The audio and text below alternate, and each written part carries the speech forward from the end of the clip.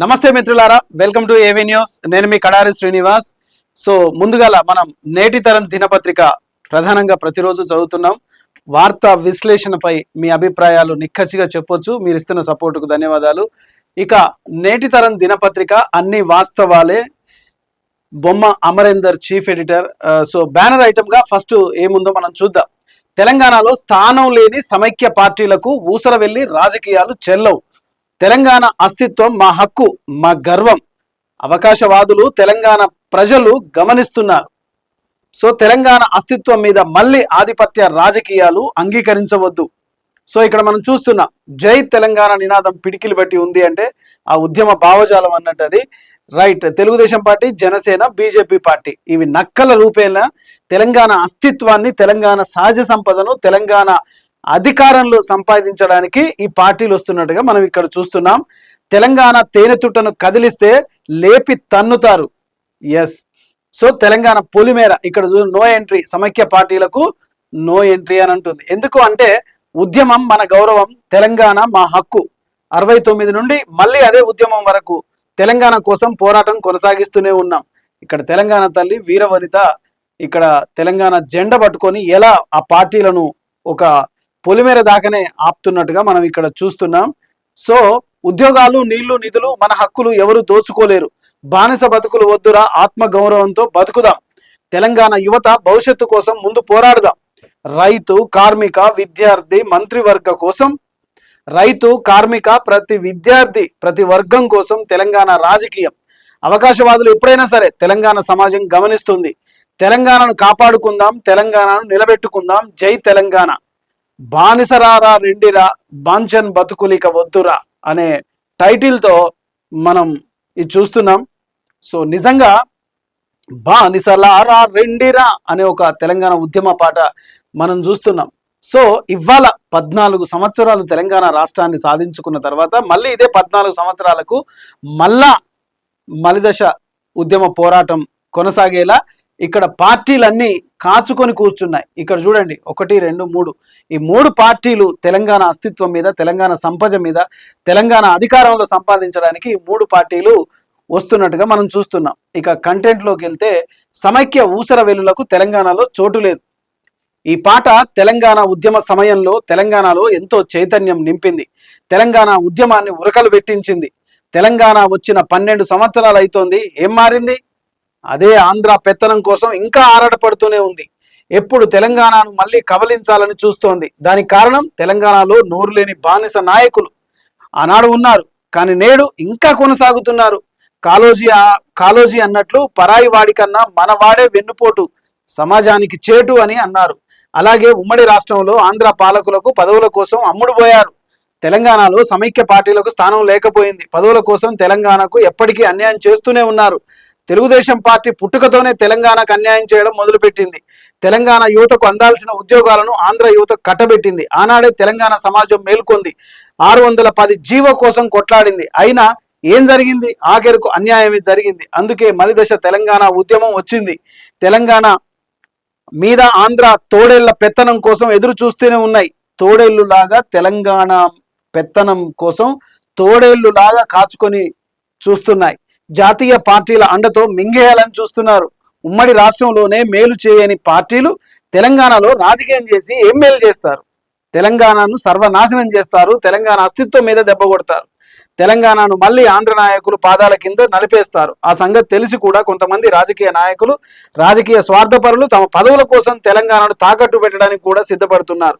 BJP party తన ఎదుగుదల కోసం కూటమితో వచ్చేందుకు స్కెచ్ చేస్తోంది. హైదరాబాద్ లో ఉన్న ఆంధ్ర ఓటర్లతో పాగా వేయాలని ప్రయత్నం చేస్తున్నారు. రంగారెడ్డి, హైదరాబాద్, నిజామాబాద్, ఖమ్మం జిల్లాల్లో ఉన్న ఆంధ్ర ప్రజల ఓటు బ్యాంకుతో మళ్ళీ తెలంగాణలో ఆంధ్ర జెండాలు ఎగరవేయాలని చూస్తున్నారు. ఇప్పటి వరకు తెలంగాణలో జెండా లేని జనసేన ఇక ఇదే సందులో దూరుదామని చూస్తోంది. కమలంతో దోస్తీ కట్టి తెలంగాణ అస్తిత్వంలో కల్లోలను రేపుదామని చూస్తున్నారు. మళ్ళీ తెలంగాణ ఆంధ్రాను ఏకం చేసి ఏలాలని చూస్తున్నారు. తెలంగాణ ప్రగతిని తమ ఖాతాలో వేసుకోవాలనుకుంటున్నారు. తెలంగాణ మీద రాజకీయ ఆధిపత్యం రేపటి ఆంధ్ర నాయకులకు అప్పగించాలని చూస్తున్నారు. వలసవాదులే పాలకులుగా మారి మళ్ళీ తెలంగాణను ఎడారి చేయాలంటున్నారు. అందుకని సినీ గ్లామర్ను ఉపయోగించుకోవాలనుకుంటున్నారు. ఆంధ్ర మూలాలున్న యువతను తెలంగాణ ముసుగులో రాజకీయ నెరపాలని చూస్తున్నారు. తెలంగాణ మీద తమ ఆధిపత్యం కోసం ప్రయత్నాలు మొదలు పెడుతున్నారు. జిహెచ్ఎంసీ ఎన్నికల ముందు ట్రయల్ రన్ చేస్తున్నారు.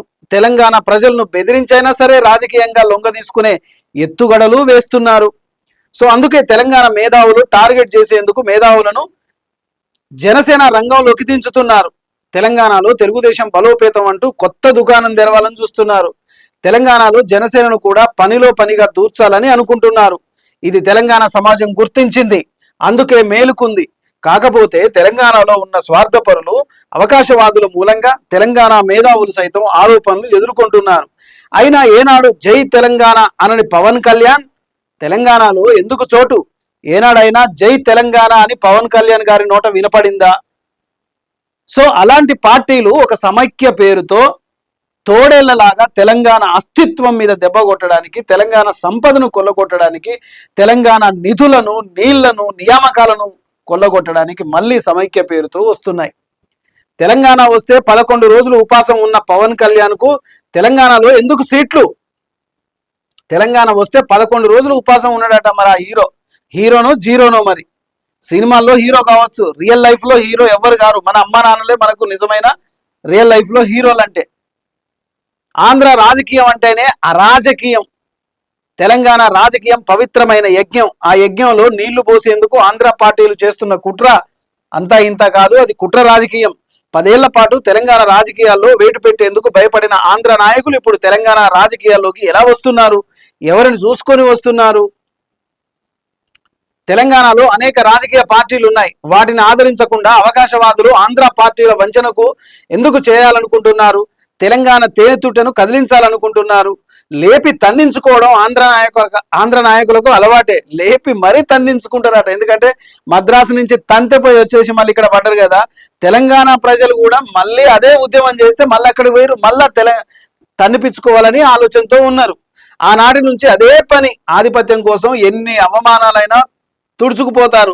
తిట్టినా పడతారు, చీదినా తుడుచుకుంటారు. పైగా తెలుగు ఆత్మగౌరవాన్ని గొప్పలు చెప్పుకుంటారు. నిన్ననే మనం చెప్పుకున్నాం, తెలుగు ఆత్మగౌరవం, తెలంగాణ ఆత్మగౌరవం ఏనాటికి పొంతన కాదు. తెలంగాణ ఆత్మగౌరవం అనేది ఒక నాగలోకం, తెలుగు ఆత్మగౌరవం అనేది ఒక నక్కలోకం అన్నట్టు అది. సో తెలంగాణ కోసం 60 ఏళ్లు కొట్లాడిన గడ్డ దెబ్బ రుచి ఏమిటో తెలుసు. తెలంగాణ ప్రజల చైతన్యం ఎంత బలమైందో కూడా తెలుసు. నైజాం లాంటి పాలకుడే లొంగగా తప్పలేదు. ఆంధ్ర నాయకులెంత పీసరంతా. తెలంగాణ కాలి దుమ్మంతా ఊదితే కొట్టుకుపోతారు. అయినా కుట్రలు ఆపరు. తెలంగాణను ఆదిలోనే తుంచేయాలనుకున్నారు, కుట్రలు చేశారు. కానీ అప్పుడు కుదరలేదు. అవకాశం కోసం ఎదురు చూశారు.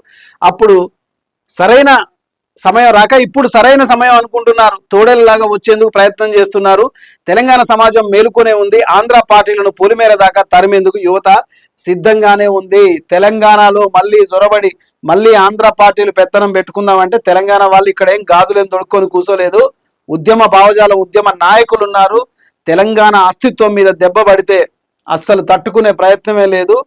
ఊకనే మేము పోరాటం చేస్తే ఆ గాలికే కొట్టుకుపోతారు. అయినా ఆంధ్ర నాయకులకు తన్నించుకునే బుద్ధి ఎప్పుడైనా ఉంది కదా.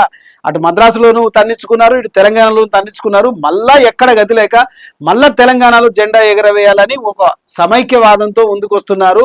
అది పొత్తు పెట్టుకొని కూటమి, నీ పొత్తులు గిత్తులు అన్ని ఆంధ్రలో ఉంటాయేం కానీ తెలంగాణ రాజకీయ భౌగోళిక ముఖచిత్రం అట్లా ఉండదు.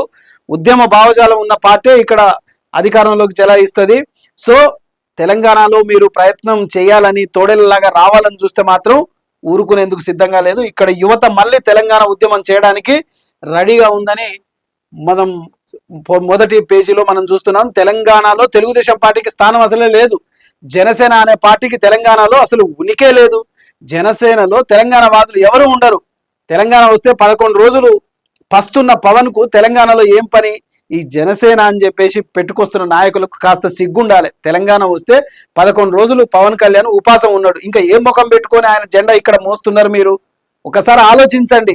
ఎందుకంటే ప్రెస్ మీటింగులు పెట్టి, ఆయా ప్రెస్ క్లబ్లో మీటింగులు పెట్టి పవన్ కళ్యాణ్ ఆపుతారా, మీ దమ్ముందా అంటే మేము తొడగొట్టుకుంటే వాడు మెడగోసుకున్నట్టుగా ఇవన్నీ వద్దు. అసలు తెలంగాణలో పవన్ కళ్యాణ్కి ఏం పని? కూటమి పెట్టుకున్న పార్టీలకు ఇక్కడ ఏం పని?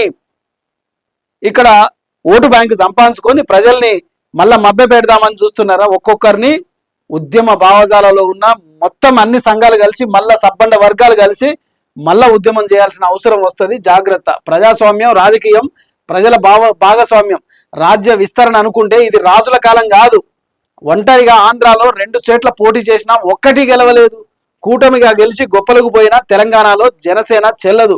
సమైక్యవాద పార్టీలకు తెలంగాణలో అడుగుపెట్టే అసలు హక్కే లేదు. తెలంగాణలో ఉన్న ఊసరవేలులు ఆంధ్ర తోడేళ్లకు తాబేదారులు అవుతున్నారు. కాస్త సిగ్గు తెచ్చుకోండి.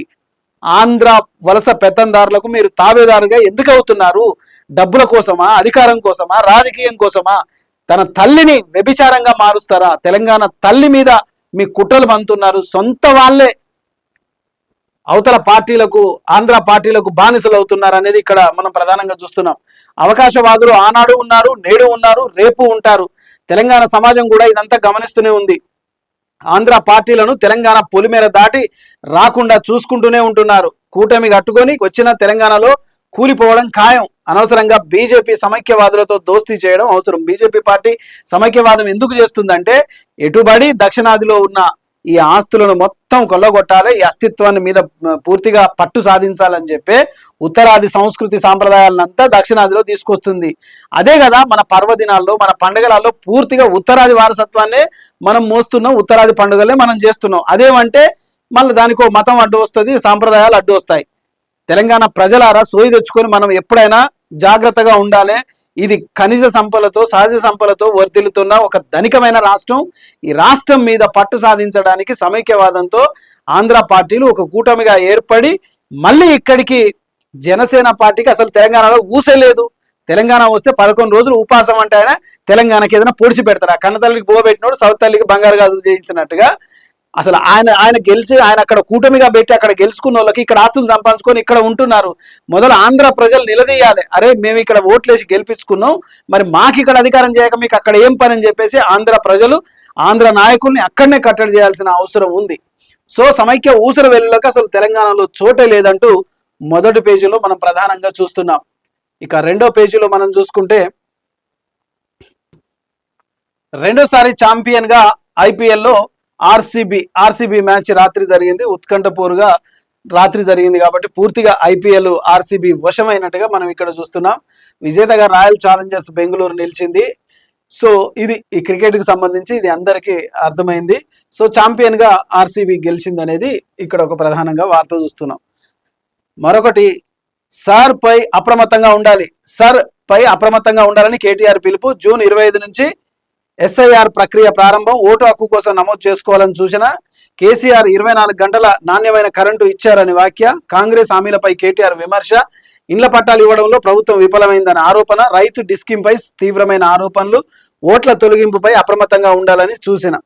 సో నిజంగానే ఓట్ల తొలగింపు మీద ప్రజలు కూడా అవగాహన తెచ్చుకోవాలి. లీడర్లు చెప్పడమే కాదు, మన ఓటు ఉందా, మన జనాభా సంఖ్యలో మనం ఉన్నామా లేమా అనేది ఖచ్చితంగా ప్రతి ఒక్కరూ వాళ్ళ తమ వ్యక్తిగత చెకప్ అనేది చేయించుకోవాలి. ఓట్ల తొలగింపు విషయం మీద చాలా అప్రమత్తంగా ఉండాలని కేటీఆర్ అయితే పిలిపిస్తున్నారు. ఇక ఓటర్ల జాబితా ప్రత్యేక సవరణ ఎస్ఆర్ పై బీఆర్ఎస్ కార్యకర్తలకు ఆ పార్టీ వర్కింగ్ ప్రెసిడెంట్ మాజీ మంత్రి కేటీఆర్ దిశానిర్దేశం చేసిండు. క్లానికల్ గార్డెన్ లో బీఆర్ఎస్ కంటోన్మెంట్ నియోజకవర్గ స్థాయి విస్తృత సమావేశమైన ఆ సమావేశంలో ఆయన మాట్లాడుతూ జూన్ 25 నుండి సర్ ప్రారంభం అవుతుందని, సర్ పై అప్రమత్తంగా ఉండాలని ఆయన చెప్పుకొచ్చారు. కాంగ్రెస్ పాలనలో పరిశ్రమలకు వారానికి 3 రోజులు పవర్ హాలిడే ఉండేది. 65 సంవత్సరాల కాంగ్రెస్ చేయని పని 6 నెలల్లో కేసీఆర్ చేసిండు. 24 గంటల పాటు రైతులకు నాణ్యమైన కరెంటు ఇచ్చిండు. పరిశ్రమలకు కేసీఆర్ నాణ్యమైన కరెంటు ఇచ్చిండు అని కేటీఆర్ గుర్తు చేశారు. ఇక వ్యవసాయానికి రోజుకు 3 గంటల కరెంట్ ఇస్తే చాలు అన్నా రేవంత్ అన్న అంటూ ఇప్పుడేమో రైతులకు 24 గంటల కరెంట్ ఇస్తామని ప్రగల్భాలు పలుకుతున్నారు. 35,000 ఓటర్లు డిఫెన్స్ ల్యాండ్ లో ఇల్లు కట్టుకున్నారు. వారి ఓటు హక్కు ఉండాలంటే సర్లు ఖచ్చితంగా నమోదు చేసుకోవాలని దాని మీద వివరంగా కేటీఆర్ గారు మాట్లాడినట్టుగా మనం చూస్తున్నాం.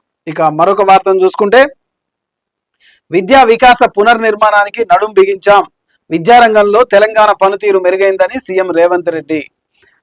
పీజీఐ ఫలితాలు ప్రభుత్వ కృషికి నిదర్శనమని వ్యాఖ్య. విద్యా అభివృద్ధికి తొలి కొలమానం అన్నారు. మోడల్ స్కూళ్లు, టీచర్ నియామకాలపై ప్రత్యేక దృష్టి. డిజిటల్ విద్య, మౌలిక సదుపాయాల విస్తరణ, విద్యా వికాస పునర్నిర్మాణానికి నడుం బిగించామని వెల్లడి. యంగ్ ఇండియా స్కూళ్లతో తెలంగాణను నెంబర్ 1 గా తీర్చిదిద్దే అది లక్ష్యంగా పెట్టుకొని పోతున్నారు. హైదరాబాద్ పాఠశాల విద్యలో తెలంగాణ పనితీరు గణనీయంగా మెరుగుపడిందని కేంద్ర విద్యాశాఖ పర్ఫార్మెన్స్ గ్రేడింగ్ ఇండెక్స్ లో పేర్కొనడం తమ ప్రభుత్వ 2 ఏళ్ల కృషికి నిదర్శనమని సీఎం రేవంత్ రెడ్డి అన్నారు. అభివృద్ధికి తొలి కొలమానం విద్య అని చెప్పారు. విద్య ఒక్కటే పేదరికాన్ని నిర్మూలించి సమాజాన్ని జాగృతం చేయగలదని తాను బలంగా విశ్వసించినట్టు తెలిపారు. ఆ దిశగా ప్రజాప్రభుత్వం నిరంతరం శ్రమిస్తోందని ఎక్స్ లో పోస్టు చేశారు. ఏ ముఖ్యమంత్రి చేయని విధంగా విద్యాశాఖ బాధ్యతలు స్వయంగా తీసుకొని 2 ఏళ్లుగా తెలంగాణ మోడల్ స్కూల్ ఏర్పాటు, నూతన విద్యాలయ ఉపాధ్యాయుల నియామకం, డిజిటల్ విద్యకు ప్రాధాన్యం, ప్రభుత్వ బడులకు ఉచిత విద్యుత్ సదుపాయం, ఇతర మౌలిక సదుపాయాల కల్పన, డ్రాప్ అవుట్ల నియంత్రణ వంటి అంశాలపై బలమైన కార్యాచరణ చేపడుతున్నట్లు వివరించారు. రైట్, మనం ఇక్కడ చూస్తున్నాం 10 ఏళ్లలో జరిగిన విద్యా విధ్వంసం నుంచి విద్యా వికాస పునర్నిర్మాణానికి నడుం బిగించామన్నారు. తాజా ఫలితాలపై సంతృప్తి పడలేదని యంగ్ ఇండియా ఇంటిగ్రేటెడ్ స్కూళ్ల నిర్మాణం పూర్తయి భవిష్యత్తులో ఈ పాఠశాలలు దేశ విద్యా వ్యవస్థలో తెలంగాణ అస్తిత్వాన్ని నెంబర్ 1 గా నిలబెడతాయనే విశ్వాసం ఉందన్నారు. ఆ లక్ష్య సాధన దిశగా ప్రభుత్వం పనిచేస్తుంది అని చెప్పుకొచ్చారు. రైట్, ఇది. ఇక మరొక వార్తను చూసుకుంటే మత సామరస్యమే కాంగ్రెస్ ప్రజా ప్రభుత్వ విధానం, మంత్రి పొంగులేటి. మత సామరస్యమే కాంగ్రెస్ ప్రభుత్వ విధానమని, అన్ని మతాల గౌరవం సంస్కృతి పరిరక్షించాలని ఆ దిశగా కట్టుబాటుతో ప్రభుత్వం ఉందని చెప్తున్నారు. గోదావరి పుష్కరాలకు నాటికి భద్రాచలం అభివృద్ధి పనులు పూర్తి చేసే లక్ష్యంగా పెట్టుకున్నారు. భద్రాచలం అభివృద్ధికి 350 కోట్ల పనులకు శంకుస్థాపన, దేవాలయాల అభివృద్ధికి 1000 కోట్లు మంజూరు, చర్చి మసీదులు అభివృద్ధికి సమాన ప్రాధాన్యం, గణపేశ్వరాలయం అభివృద్ధి పనులకు శంకుస్థాపన అంటూ ఇక్కడ మనం పొంగులేటి గారిని స్టేట్మెంట్ మనం ఒకటి చూస్తున్నాం. ఇక మరొక వార్తను చూసుకుంటే మా మధ్య అంతర్యుద్ధం తీసుకురావాలని చూస్తున్నారు తెలంగాణ భాజపా చీఫ్. మీ మధ్య ఎవరు మధ్య అంతర్యుద్ధం తీసుకురారు, కానీ మీ వాళ్ళే మీరు చేసుకున్న గోతిలోనే మీరే పడతారు. ఏ దారి అయితే మీరు పోతున్నారో ఆ దారిలోనే మళ్ళీ మీ పార్టీ పోయే అవకాశం ఉంది. ఇక మల్కాజ్గిరిలో ఎంపీ ఈటెల రాజేందర్కు వ్యతిరేకంగా ఫ్లెక్సీలు ఏర్పాటు చేయడంపై తెలంగాణ భాజపా అధ్యక్షుడు రామచంద్రరావు స్పందించారు. భాజపా నేతల సమైక్యతను దెబ్బతీయాలని కుట్రలు చేస్తున్నారని, తమ మధ్య అంతర్యుద్ధం తీసుకురావాలని చూస్తున్నారని అన్నారు. ఫ్లెక్సీలపై డీజీపీ సైబరాబాద్ సిపికి ఫిర్యాదు చేస్తున్నట్లు కూడా చెప్పారు. సో ఈ వార్త ఒకటి మనం చూస్తున్నాం. ఇంకా శంషాబాద్ విమానాశ్రయంలో 7 కోట్ల విలువైన గంజాయి పట్టివేత. సో హాంకాంగ్ నుంచి రహస్యంగా తీసుకొచ్చిన 7 కోట్ల విలువైన హైడ్రోఫోనిక్ గంజాయిని శంషాబాద్ విమానాశ్రయంలో పట్టుకున్నారు. సో మనం ఇది ఒకటి చూస్తున్నాం. ఇక గంటల వ్యవధిలో తండ్రి కుమారుడు మృతి. తండ్రి మరణాన్ని తట్టుకోలేక గంటల వ్యవధిలో కుమారుడు కూడా మృతి చెందినట్టు సంగారెడ్డి జిల్లాలో జరిగింది. ఇది అంటే తండ్రి చనిపోయాడు అని చెప్పేసి కుమారుడు కూడా ఆ వార్త విని అతను కూడా చనిపోయినట్టుగా చూస్తున్నాం. రైట్, మరొక వార్త చూసుకుంటే ఒక్క గురుకుల పాఠశాలకైనా శంకుస్థాపన చేశారా మంత్రి లక్ష్మణ్. కేటీఆర్ కు మంత్రి లక్ష్మణ్ సవాల్ విసిరాడు. గురుకులాలపై బీఆర్ఎస్ ల విమర్శల ఖండన. ఒక్క పాఠశాలకు కూడా శంకుస్థాపన చేశారా ప్రశ్న. అవినీతి ఆరోపణలు నిరాధారమని వ్యాఖ్య. పెండింగ్ బిల్లులు తామే చెల్లిస్తున్నామన్నారు. కాంగ్రెస్ పై విమర్శలు చేస్తే ఊరుకోము, ఆ విమర్శలు మానుకోవాలని చెప్పి కూడా మంత్రి లక్ష్మణ్ ఇక్కడ ఒక చెప్తున్నాడు. ఆయన 10 ఏళ్ల హయాంలో ఒక్క ఎస్సీ గురుకుల పాఠశాల నిర్మించలేని చేతగాని బీఆర్ఎస్, కాంగ్రెస్ ప్రభుత్వాన్ని సీఎం రేవంత్ రెడ్డి పాలనను విమర్శించే నైతికత లేదని మంత్రి అడ్లూరి లక్ష్మణ్ అన్నారు. సో ఇది రాజకీయ కామెంట్లు. మరొక వార్తను చూసుకుంటే బడేబాయి చెప్పినట్టు రేవంత్ నడుస్తున్నట్లు కనిపిస్తోంది అంటూ హరీష్ రావు రైతు డిస్కంపై విమర్శలు చేశాడు. రేవంత్ రెడ్డి మాటలు వాస్తవాలు లేరని వ్యాఖ్య. రైతు డిస్కంకి రైతులకు ఉరిగా మారుతుందని ఆరోపణ. 24 గంటల ఉచిత కరెంటుకు మంగళం పాడారని విమర్శ. బడేబాయి చెప్పినట్లే రేవంత్ రెడ్డి నడుస్తున్నాడు. మరి ఆ బడేబాయి ఎవరంటే చంద్రబాబు నాయుడే కదా. లిఫ్ట్ ఇరిగేషన్ కి డిస్కమ్ కి షాప్మని ఆరోపణ. ప్రాజెక్టులను వరదల సమయంలోనే నింపుకోవాలన్నారు. సో మొత్తం బడేబాయి చెప్పినట్లే రేవంత్ రెడ్డి నడుస్తున్నట్లు కనిపిస్తోందని ఒక సెటైరికల్ వార్త అయితే మనం ఇక్కడ చూస్తున్నాం. ఇక మరొక వార్తను చూసుకుంటే సర్ పై ప్రతి ఒక్కరూ అప్రమత్తంగా ఉండాలి. ఇప్పుడు దేశవ్యాప్తంగా ఈ ఓట్లు తొలగించే అవకాశం ఉన్నందున ఈ ఓట్ల ప్రక్రియ నిరంతర ప్రక్రియ జరుగుతూ ఉంటుంది. కాబట్టి మన ఓటు మనకు ఉందా లేదా అనేది చూసుకోవాలి. లేకపోతే మన ఓటును ఖచ్చితంగా మనం ఎన్రోల్మెంట్ చేయించుకోవాలి. ఇది ప్రధానంగా 2వ పేజీలో ఉంది. ఇక 3వ పేజీలో మొత్తం తరువాయి భాగం ఉంటుంది. కాబట్టి మత సామరస్యమే కాంగ్రెస్ కు ప్రజా ప్రభుత్వ విధానం అంటూ పొంగులేటి 2వ పేజీ చూస్తున్నాం. 3వ డిస్కిమ్తో రైతులకు ఊరే. రైతు డిస్కిమ్ను బీఆర్ఎస్ వ్యతిరేకిస్తుంది అంటూ కేటీఆర్ కామెంట్ అయితే మనం ఇక్కడ చూస్తున్నాం. ఇంకా ప్రధానంగా సరిపై అప్రమత్తంగా ఉండాలి. శంషాబాద్ విమానాశ్రయంలో 7 కోట్ల విలువైన గంజాయి పట్టువేత.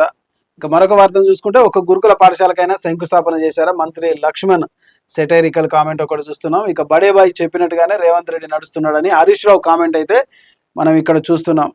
ఇక సైబరాబాద్ మున్సిపల్ కార్పొరేషన్ కీలక నిర్ణయాలు 11 ఎజెండా అంశాలపై సుదీర్ఘంగా చర్చించిన గ్రీన్ సిగ్నల్ అంటూ ఇక్కడ ఒక వార్తను చూస్తున్నాం. సైబరాబాద్ మున్సిపల్ కార్పొరేషన్ పరిధిలో మౌలిక సదుపాయాల కల్పన, నగర అభివృద్ధికి సంబంధించి పలు కీలక నిర్ణయాలకు ఆమోదం లభించింది. Special chief secretary Jayesh Ranjan అధ్యక్షన సిఎంసి కమిషనర్ సృజన ఆధ్వర్యంలో జరిగిన స్టాండింగ్ కమిటీ మొత్తం 11 ఎజెండాల మీద సుదీర్ఘంగా చర్చించినట్టు తెలుస్తోంది. ఒకటి, ట్రాఫిక్ కష్టాలు తీర్చేలా పలు ప్రధాన రోడ్ల అభివృద్ధి పనులు స్టాండింగ్ కమిటీ గ్రీన్ సిగ్నల్ ఇచ్చింది.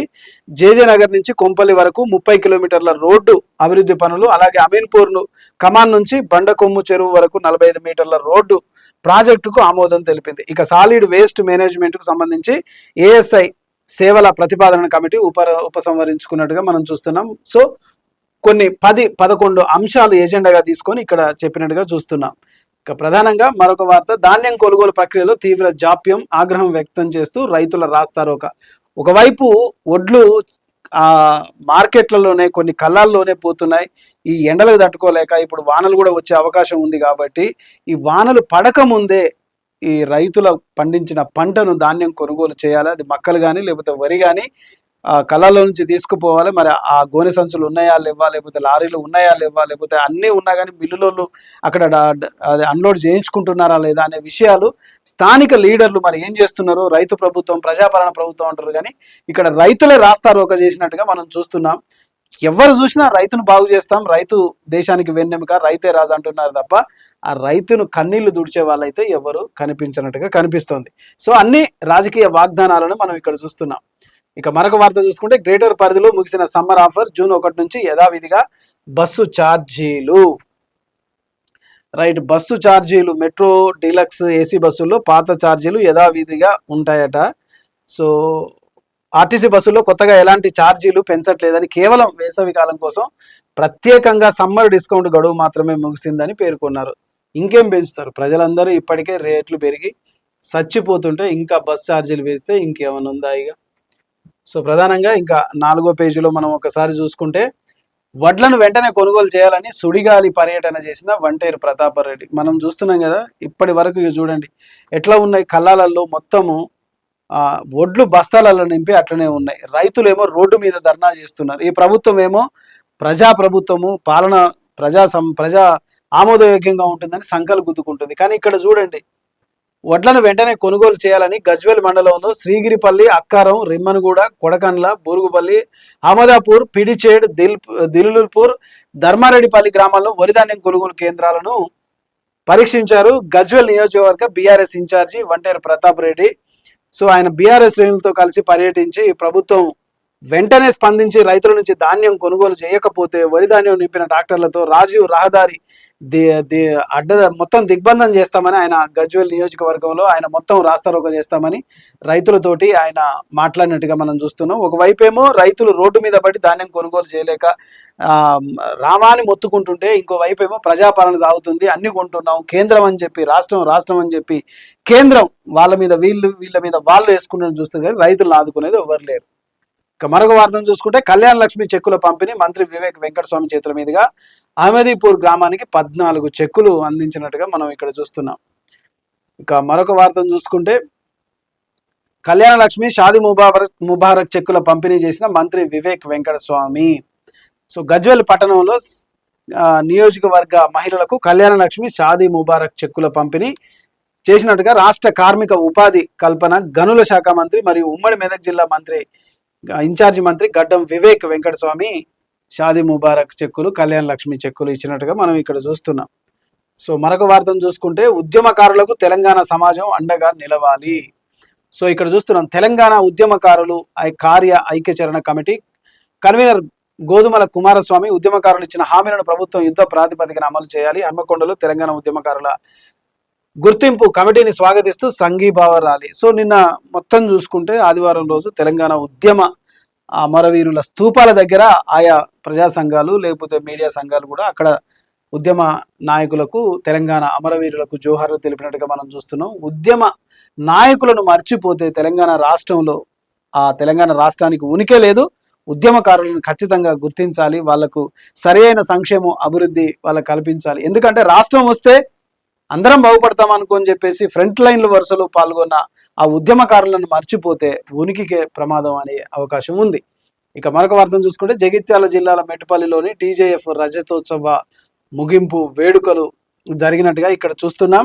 టీజేఎఫ్ రజతోత్సవాల ముగింపు కార్యక్రమాన్ని ఘనంగా నిర్వహించుకున్నారు. తెలంగాణ ఉద్యమంలో ప్రాణత్యాగం చేసిన అమరవీరులకు నివాళులు అర్పిస్తూ అమరవీరుల స్తూపం వద్ద జర్నలిస్టులు కొవ్వొత్తులతో నిన్న మనం ఇక్కడ కూడా చూసుకున్నాం. పబ్లిక్ గార్డెన్ లో కూడా ఉద్యమకారులు ఎవరైతే ఆత్మ బలిదానాలు చేసుకున్నారో వాళ్ళ ఆత్మ బలిదానాలకు శాంతి కలగాలని కొవ్వొత్తి ర్యాలీ కూడా ప్రెస్ క్లబ్ వాళ్ళు కూడా చేసినట్టుగా మనం చూస్తున్నాం. ఇది ప్రధానంగా. ఇక 5వ పేజీలో మనం ఒక్కసారి చూసుకుంటే రైట్, తులం బంగారం ఎప్పుడు ఇస్తారు? అలవి కాని హామీలు ఇచ్చి గద్దెనెక్కింది కాంగ్రెస్. పథకాల లబ్ధి కోసం ఎదురు చూస్తున్న ప్రజలు. Municipal chairperson Padmabai Narasingarao. So తులం బంగారం ఇస్తామని చెప్పి కాంగ్రెస్ ప్రభుత్వం ఇచ్చిన హామీలలో మరి అది ఏమైందని చెప్పేసి అడుగుతున్నారు. ఎన్నికల్లో ఇచ్చిన హామీ కళ్యాణ లక్ష్మి, తులం బంగారం ఎప్పుడు ఇస్తారని మహిళల అధికారులు ప్రజాప్రతినిధులు ప్రశ్నిస్తున్నారని మున్సిపల్ చైర్పర్సన్ పద్మాభాయ్ నరసింగరావు అన్నారు. ఆదివారం వాళ్ళు విలేకరులతో ఆయన మాట్లాడుతూ గజ్వేల్ పట్టణంలో ఇన్ఛార్జి మంత్రి వివేక్ వెంకటస్వామి మీదుగా నిర్వహించిన కళ్యాణ లక్ష్మి చెక్కుల పంపిణీ కార్యక్రమానికి హాజరైన లబ్ధిదారులు, అధికారులు, ప్రజాప్రతినిధులతో నాయకులు కళ్యాణ లక్ష్మి, తులం బంగారం కోసం అడగడం కనిపించిందన్నారు. సో మీరు ఎడాపెడా అమలు కాని పథకాలు, హామీలు ఇచ్చేసి కళ్యాణ లక్ష్మిలో తులం బంగారం ఇస్తారన్నారు. మరి చెక్కులు అయితే ఇస్తున్నారు కానీ మరి ఆ తులం బంగారం ఏదని చెప్పేసి తిరగబడుతున్నారు ప్రజలు. సో ఇది తెలంగాణ ప్రభుత్వమే సమాధానం చెప్పాలి. ఇక బస్టాండ్ల అభివృద్ధి పనులకు 3 కోట్ల నిధులు మంజూరు. మంత్రి శ్రీధర్ బాబు. ఇది పెద్దపల్లి జిల్లా మంతని అభివృద్ధిలో మరో మణిహారం చేరుకుంది. 3 కోట్ల వ్యయంతో అధునాత హంగులతో మంతని కాళేశ్వరం బస్టాండ్ల అభివృద్ధికి అవసరమైన నిధులు మంజూరైనట్లుగా మంత్రి పొన్నం ప్రభాకర్ తెలిపిండు. సో 3 కోట్ల రూపాయలతో ఈ బస్టాండ్ ఇక్కడ చేస్తున్నట్టుగా మనం ఇక్కడ చూస్తున్నాం. సో మరొక వార్తను చూసుకుంటే కుకునూరుపల్లిలో ఘనంగా రాజశ్యామల హోమం పాల్గొన్న మాజీ ఎమ్మెల్యే నర్సారెడ్డి. రాజశ్యామల యాగం కుకునూరుపల్లిలో ఘనంగా జరిగింది. ఈ యాగం ఎందుకు చేస్తారంటే అధికారం కోసం, ఆస్తి ఐశ్వర్యం కోసం, బాగు కోసం, శరీర ఆరోగ్యం కోసం, కుటుంబ ఆరోగ్యం కోసం చేస్తుంది. కాబట్టి కేసీఆర్ కూడా ఎన్నోసార్లు రాజశ్యామల యాగం చేశారు. ఆయన ఆ యాగం చేసుకునే ఏదైనా ప్రాజెక్టును కానీ పథకాన్ని కానీ పెట్టాలంటే ఆయన ఈ పూజ చేసుకోలేదు. ఇదే కుకునూరుపల్లిలో మాజీ ఎమ్మెల్యే నర్సారెడ్డి కూడా చేసినట్టుగా మనం ఇక్కడ చూస్తున్నాం. ఇక తెలంగాణ సాధనలో జర్నలిస్టుల పాత్ర కీలకం. ఘనంగా టీజేఎఫ్ రజతోత్సవ వేడుకలు. పేట మున్సిపల్ పార్క్ ముందు అమరవీరుల స్తూపం వద్ద నివాళుల క్రొవ్వొత్తులు. సో ఇక్కడ జర్నలిస్టులు తెలంగాణ ఉద్యమంలో ప్రతి ఒక్కరూ పాల్గొన్నారు. సబ్బండ వర్గాలు, సబ్బండ కులాలు, సబ్బండ జాతులు అందరూ ప్రతి కుటుంబంలో నుంచి ప్రతి ఒక్కరూ తెలంగాణ ఉద్యమానికి పాల్పడి ఫ్రంట్ లైన్ వారియర్గా ముందుకు పనిచేశారు. అందులో కీలకంగా పనిచేసింది కూడా తెలంగాణ జర్నలిస్టులు తమ గళాన్ని, తమ కంఠాన్ని వినిపించి తెలంగాణ ఉద్యమానికి మాట అందించిర్రు, పాట అందించిర్రు, ఉద్యమానికి ఊపిరి పోసిర్రు. అలాంటి ఉద్యమంలో జర్నలిస్టులు ఎవరైతే చనిపోయారో, ఆత్మ బలిదానం చేసుకున్నారో వాళ్ళందరూ కలిసి జర్నలిస్టులు వారికి క్రొవ్వొత్తు ర్యాలీ చేసిర్రు. తెలంగాణ రాష్ట్ర టీజేఎఫ్ వ్యవస్థాపకుడు అల్లం నారాయణ సార్ కీలక పాత్ర పోషించారు. తెలంగాణ ఉద్యమానికి మీడియా వేదికగా నిలిచింది. ప్రజల్లో చైతన్యం తీసుకువచ్చింది. ఉద్యమానికి విజయానికి తమ వంతుగా కృషి చేసింది. జర్నలిస్టుల సంక్షేమం కోసం అల్లం నారాయణ ఆధ్వర్యంలో ప్రత్యేక సంక్షేమ నిధిని కూడా ఏర్పాటు చేశారు. అభినందనీయం. జర్నలిస్టుల హక్కుల పరిరక్షణ, సంక్షేమం కోసం టీజేఎఫ్ నిరంతరం కృషి చేస్తోందన్నారు. రజతోత్సవ వేడుకలు జర్నలిస్టుల ఐక్యతకు, ఉద్యమ స్ఫూర్తికి ప్రతీకగా నిలిచాయి. భవిష్యత్తులోనూ వృత్తి గౌరవాన్ని కాపాడుకుంటూ సమాజానికి సేవ చేయాలని పిలుపునిచ్చారు. ఈ ప్రెస్ క్లబ్ అధ్యక్షులు విష్ణువర్ధన్ రెడ్డి, నాయకులు అంబదాస్ టక్, శ్రీధర్ సర్గం, మిస్కిన్, వినోద్, రఫీ, నారాయణ, రాము, వెంకటేష్, కర్లీదేవి ప్రసాద్, జహీర్, సోఫీ, మహమ్మద్ హుస్సేన్, మహమ్మద్ అషరఫ్, అజారుద్దీన్, తాహిర్, పలువురు జర్నలిస్టులు, టీజేఎఫ్ నాయకులు కూడా ఇక్కడ పాల్గొన్నట్టుగా చూస్తున్నాం. నిజంగా నిన్న టీజేఎఫ్ తరఫున అల్లం నారాయణ తెలంగాణ ఉద్యమంలో జర్నలిస్టుల అధ్యక్షుడిగా అల్లం నారాయణ సారు దాని బాధ్యత వహించి తెలంగాణ జర్నలిస్టులను కూడా ఏకతాటిపైకి తీసుకొచ్చి ఉద్యమానికి ఊపిరి పోసిర్రు, ఉద్యమానికి ఒక రూపాన్ని తీసుకొచ్చిర్రు. తెలంగాణ జర్నలిస్టులు కీలక పాత్ర పోషించారు. మరి ఇవాళ అదే జర్నలిస్టుల సంఘం కేసీఆర్ గారు ఉన్నప్పుడు జర్నలిస్టులకు ఎలాంటి అక్రిడేషన్ కార్డుల విషయంలో కానీ ఎలాంటి జాప్యం జరగలేదు. కానీ ఇప్పుడు కాంగ్రెస్ ప్రభుత్వంలో ఆ వ్యవస్థ పూర్తిగా మారిపోయింది. ఆ జర్నలిస్టుల ఫోరం చైర్మన్గా రెడ్డి వచ్చిన దగ్గర నుంచి ఇప్పటి వరకు జర్నలిస్టులకు కార్డులు ఇష్యూ కాలేదు. ఆ బస్ పాస్లను రెన్యువల్ చేస్తూ చేస్తూ పెంచుతూ పోతారు. మళ్ళీ ఈ 1వ తారీఖు నుంచి 16వ తారీఖు వరకు మళ్ళీ దాన్ని రెన్యువల్ చేశారు. ఈ 16 రోజులకు ప్రతి ఒక్క జర్నలిస్టు 50 రూపాయలు ఇచ్చి పెళ్లి చేస్తే, 50 రూపాయలు ఇచ్చి రెన్యువల్ చేసుకుంటే, సో తెలంగాణలో ఉన్న జర్నలిస్టుల సంఖ్య ఎంత ఉంటుంది? ఇంటూ 50 రూపాయలు వేసుకుంటే ఎన్ని కోట్ల రూపాయలు? మరి ఇవన్నీ ఎక్కడ పోతున్నాయి? ఒకసారి ఆలోచించాలి. ఎందుకంటే 16 రోజులకు మీరు 50 రూపాయలు బస్ పాస్ తీసుకుంటే, ప్రతి ఒక్క జర్నలిస్టు అక్రిడేషన్ కార్డు గల జర్నలిస్టు బస్ పాస్ తీసుకోవాలంటే 16 రోజులకే 50 రూపాయలు చెల్లిస్తే, మళ్ళీ ఇంకా 16 రోజుల తర్వాత మీరు కార్డులు ఇస్తారా ఇవ్వరా అనేది కూడా మళ్ళీ సందేహంగా ఉంది. ఇప్పటికే 2.5 సంవత్సరాలు దాటిపోయింది, ఇంతవరకు అక్రిడేషన్ కార్డు కొత్తవి వచ్చిన పాపన పోలే. కమిటీలు మీటింగ్లు అవుతున్నాయి, అదేమో కోర్టులో కేసులు అవుతున్నాయి. అది అలవి కాని హామీలు ఇచ్చేస్తారు. జర్నలిస్టులకు కూడా అలవి కాని హామీలు ఇచ్చారు. అక్రిడేషన్ కార్డు డెలివరీ విషయంలో కూడా చాలా జాప్యం జరుగుతుంది. దీని మీద అక్రిడేషన్ కార్డు కమిటీ ఒకసారి ఆలోచన చేసుకోవాలి. ఎందుకంటే జర్నలిస్టులను సతాయిస్తే ప్రభుత్వాలు కూడా కూలిపోయే అవకాశాలు ఉంటాయి. ఇక ఇది ప్రధానంగా. ఇక మరొక వార్త చూసుకుంటే, నిజమైన తెలంగాణ ఉద్యమకారులను గుర్తించి న్యాయం చేయాలి. ఖచ్చితంగా నిజమైన తెలంగాణ ఉద్యమకారులు ఎక్కడో వాళ్ళు తమ పని తాము చేసుకుంటూ పోతున్నారు. పైపైన పనిచేసేవారే ఉద్యమాల్లో మేమే కీలకంగా తిరిగామని ఫ్రంట్ లైన్లో నిలబడి, కెమెరాల ముందు నిలబడి ఫోజులు ఇచ్చిన వాళ్ళు కూడా ఉన్నారు. వాస్తవానికి ఫ్రంట్ లైన్లో నిలబడి ఉద్యమానికి ఊపిరి పోసిన దాంట్లో నేను ఒకరిని ఉన్నాను. ముషీరాబాద్లో వంట వార్పు కార్యక్రమంలో నా 2 పిల్లల్ని తీసుకొచ్చి నేను మొట్టమొదటిసారిగా నాయన నరసింహారెడ్డి గారి ద్వారా నేను అక్కడ ప్రధానంగా ఉంటూ అక్కడ నేను ఉద్యమం చేశాను. ఇవాళ నేను ఎవరికి తెలుసు, ఆ కెమెరాలన్నీ వచ్చేసరికి పక్కకు తోలి అందరు వచ్చి ఫ్రంట్ లైన్లో నిలబడ్డారు. ఇవాళ నన్ను ఫోటోలు తీసుకురమ్మంటే నేను ఎక్కడి నుంచి తీసుకురావాలి? ఉద్యమకారులు అంటే గంభీరంగా కనిపిస్తారా, లేకపోతే నాయకుల భజనలు చేస్తూ కనిపిస్తారా? ఉద్యమకారులు అంటే నాకు తెలంగాణ రాష్ట్రం వస్తే చాలు అనుకొని నిజాయితీగా పనిచేసిన వాళ్ళు ఎంతో మంది ఇవాళ మీడియా ముందుకు రాలేకపోయారు. వాళ్ళందరినీ గుర్తించి ఖచ్చితంగా వారికి తెలంగాణ సంపదలో, సంక్షేమంలో, అభివృద్ధిలో వారిని భాగస్వామ్యం చేయాల్సిన అవసరం ఉంది. ఇక మరొక వార్తను చూసుకుంటే, రైతులు పండించిన ప్రతి గింజను కొనుగోలు చేయాలి. కమిషన్ల కోసం కేంద్ర రాష్ట్ర ప్రభుత్వాలు రైతులను బలి పెడుతున్నాయి. బలి పెడుతున్నాయి. ఇక ముందైనా బలి పెడుతూనే ఉంటాయి. వెంటనే కొనుగోలు కేంద్రాలు పెంచి చివరి గింజ వరకు కొనుగోలు చేయాలి. ఇలాంటి వార్తలు చదువుతుంటేనే ఒక్కోసారి బ్రతుకు మీద చీదరింపు పుడుతుంది. ఎన్ని ప్రభుత్వాలు మారుతున్నాయి, ఎన్ని వ్యవస్థలు మారుతున్నాయి, ఎంతమంది అధికారులు మారుతున్నాయి, కానీ రైతులు మాత్రం అదే భూమిని నమ్ముకుంటారు, అదే పంటను పండిస్తారు, అదే కళ్ళంలో ఉంటారు, అదే సమస్యలతో బాధపడుతూ ఉంటారు. అంటే రాజులు మారాయి, రాజ్యాలు మారాయి, కానీ ప్రజల జీవన విధానం మారలే, రైతుల బతుకులు వెతలు మారలే. ఇప్పుడు టీఆర్ఎస్ పార్టీ ఇది, ఎందుకంటే కవితమ్మ పార్టీ ఇది. మేము ధర్నా చేస్తాం, ఇది చేస్తాం. సో చేయండి, ఏదో ఒకటి చేయండి, ఇట్లా స్టేట్మెంట్లు ఇస్తే కాదు. రైట్. 20 ఏండ్ల తర్వాత పూర్వ విద్యార్థుల ఆత్మీయ సమ్మేళనం గజ్వేల్. సో 20 ఏండ్లు అయింది ఈ క్లాస్మేట్లంతా. ఇప్పటికి కూడా వీళ్ళందరూ కలుసుకొని ఆత్మీయ సమ్మేళనం కూడా చేసుకున్నారు. ఇక నేను చదువుకున్న 92 బ్యాచ్ మాది ఆత్మీయ సమ్మేళనం కూడా జరిగింది. మా క్లాస్మేట్, మా స్నేహితుడు వేముల వీరేశం ఇవాళ ఎమ్మెల్యేగా నగరికల్ నియోజకవర్గంలో ఉంటున్నాడు. ఆయన బర్త్డే సందర్భంగా ఏవీ న్యూస్ బెస్ట్ విషెస్ అందజేస్తుంది. నేను చిన్నప్పటి నుంచి తన క్లాస్మేట్ని కాబట్టి మామ అని పిలుచుకునే ఒక అలవాటు ఉంది కాబట్టి, మామ నీకు హ్యాపీ బర్త్డే, నీకు పుట్టినరోజు శుభాకాంక్షలు, నిండు ఆయురారోగ్యాలతో ప్రజాపాలనలో మరింత ఉన్నత స్థాయికి ఎదగాలని మనస్ఫూర్తిగా కోరుకుంటున్నా.